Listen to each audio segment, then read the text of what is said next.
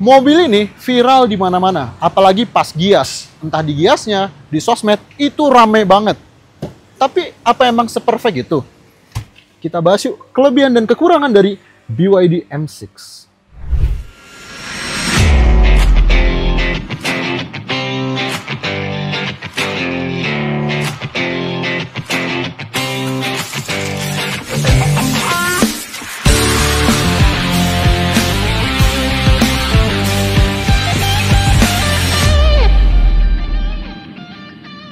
Balik lagi di CVT Indonesia, kali ini bersama gue Dimas Okta.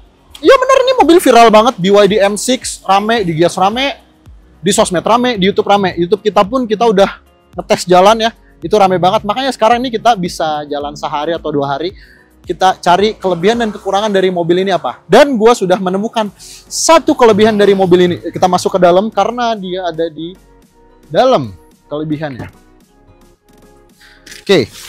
Kelebihan yang pertama di sini adalah gue tuh nggak suka banget sama mobil-mobil listrik zaman sekarang yang semua kontrolnya itu dipindahin ke layar tengah. Aduh, itu nggak banget sih. Sementara di BYD M6 ini, begitu gue masuk ke interior ini tuh the most normal electric car yang ada di Indonesia saat ini. Gue nggak suka banget semua kontrol panel dipindahin ke layar dan kita harus touch, harus masuk ke menu, effortnya itu banyak banget. Dan ini tuh enak, di tengah sini dia masih banyak tombol. Ya, untuk transmisinya juga masih gede, bukan pakai yang dial atau dikecil-kecilin. Bahkan bisa ngatur volume di sini. Walaupun nggak ada tetap tombol AC, dia cuma ada on off doang, AC tetap dari layar gitu. Tapi seenggaknya masih masuk akal lah ya. Terus kemudian juga pengaturan lampu tuh ada di sini, terus wiper masih ada di sini, masih lengkap lah gitu. Ini ada tombol juga nih untuk untuk adas-adasnya, semua tombol tuh masih enak, masih banyak. Di setirnya juga tombolnya masih banyak. Itu kelebihan yang pertama. Lanjut kelebihan yang kedua. Kelebihan yang kedua, walaupun dia nggak ada tombol AC yang dedicated untuk ngaturnya ada di layar, tapi seenggaknya di setir dia itu bisa ngatur temperatur dan kecepatan kipas dari AC-nya. Ini gue nggak pernah nemuin di mobil lain sih ya, even yang mobil bensin itu nggak pernah ada, tapi di BYD M6 ini ada. Wah, di Seal juga ada sih sebenarnya. Ini kan permasalahan software aja sebenarnya. Mudah-mudahan fitur-fitur seperti ini BYD nggak ngilangin nih ke depannya nih, yang facelift model baru. Karena ini walaupun nggak ada tombol di sini, oke, penumpang nggak bisa ngatur AC, tapi seenggaknya kita bisa ngatur lewat tombol yang ada di setir. Itu sangat-sangat praktikal, ergonomis, dan lebih gampang aja ngaksesnya dibandingin kita udah ngalamin, let's say pakai Android Auto atau Apple CarPlay, kita mau ngatur AC lewat sini. Ini kejadiannya nggak di BYD doang, di semua mobil yang pengaturan AC-nya di layar ini nyebelin sebenarnya. Kita harus keluar dulu, back dulu, baru bisa ngatur AC. Itu ribet banget dan sama BYD dibikin gampang lah di sini. Ini ngatur volume malah. Dibikin gampang di sini, bisa lewat setir aja dan nanti kita bisa ngelihat kecepatan angin dan temperaturnya di MID. Nice work. Ini hal-hal kecil yang bikin mobil ini tambah nyaman. Kelebihan selanjutnya dari BYD M6 ini adalah dia punya panoramic roof. Walaupun bukan panoramic sunroof sih emang sih. Ya, Ioniq 6 juga sama kan kayak gini.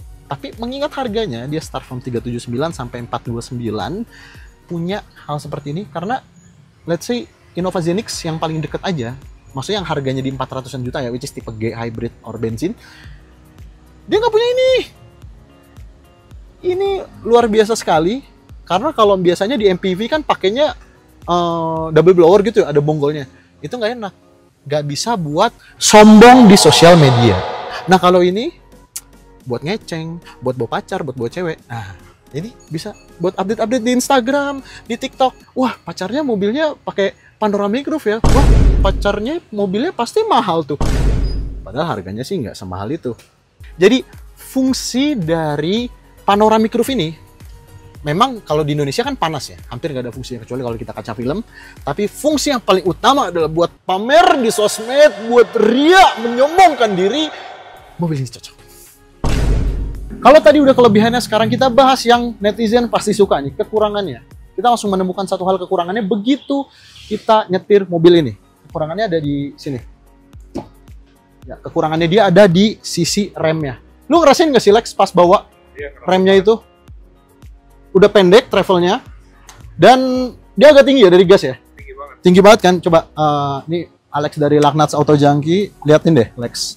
Itu ya, lihat gasnya dan remnya beda banget ketinggiannya, ya kan? Nah, itu jadi kekurangan ya. Itu jadi kekurangan tersendiri di BYD M6 ini karena itu menyangkut masalah safety kan ya. Jadi kalau misalnya posisi kita biasanya kalau nyetir itu kan posisinya gini nih, kita tidur dulu deh. Biasanya posisi kaki kan gini nih, ini gas, ini rem. Nah, biasanya kan kita gini-gini nih. Nah, kalau kita heel-nya di bawah kayak gini, itu dia mentok, harus ngangkat banget sampai nekuk banget baru bisa. Jadi harus ngangkat kaki, which is nggak praktikal banget. Dan kalau mengingat, kebanyakan orang beli mobil itu cuma bisa nyetir, tapi nggak paham cara bawa mobil atau nggak segiki kita lah yang hobi di otomotif, dan itu bisa sangat membahayakan. Tapi tenang aja, kita udah nyampein hal ini ke pihaknya BYD langsung, dan pihak BYD sudah mempertimbangkan dan berjanji ini akan di consider ulang dan akan dikalibrasi ulang lagi untuk posisi rem. Itu kan cuma masalah teknikal aja ya, bisa diubah lah. Jadi mereka janji nantinya unit yang dikirim ke konsumen tidak akan memiliki kekurangan seperti ini, apalagi di remnya ini. Ini masalah safety. Good job BYD mau dengerin kita sebagai media.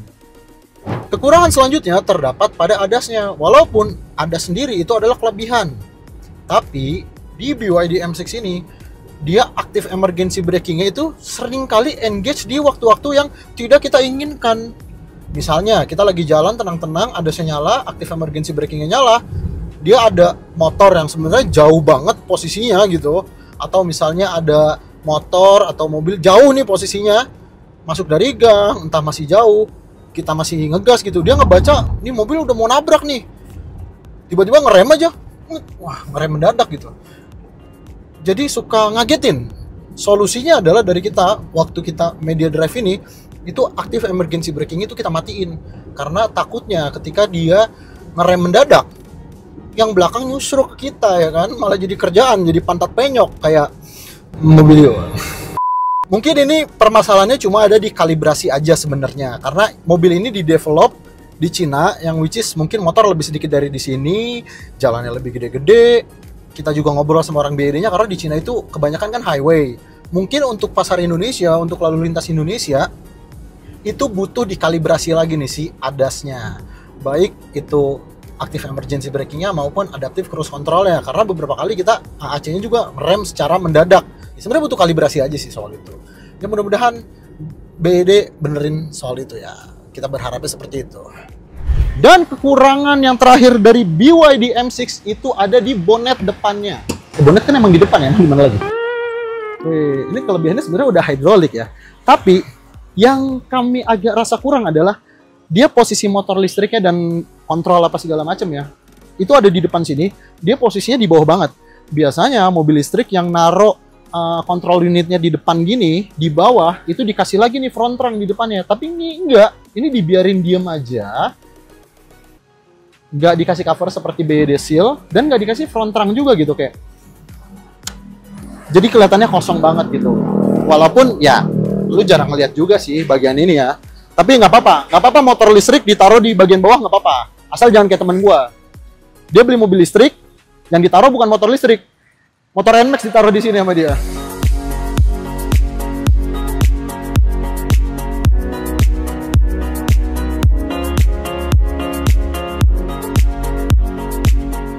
Itu dia tadi kelebihan dan kekurangan dari BYD M6 yang kita temukan. Kalau menurut kalian ada hal lain mengenai BYD M6 ini, kelebihan dan kekurangannya, langsung aja tulis di kolom komentar di bawah. Ya, segitu dulu videonya.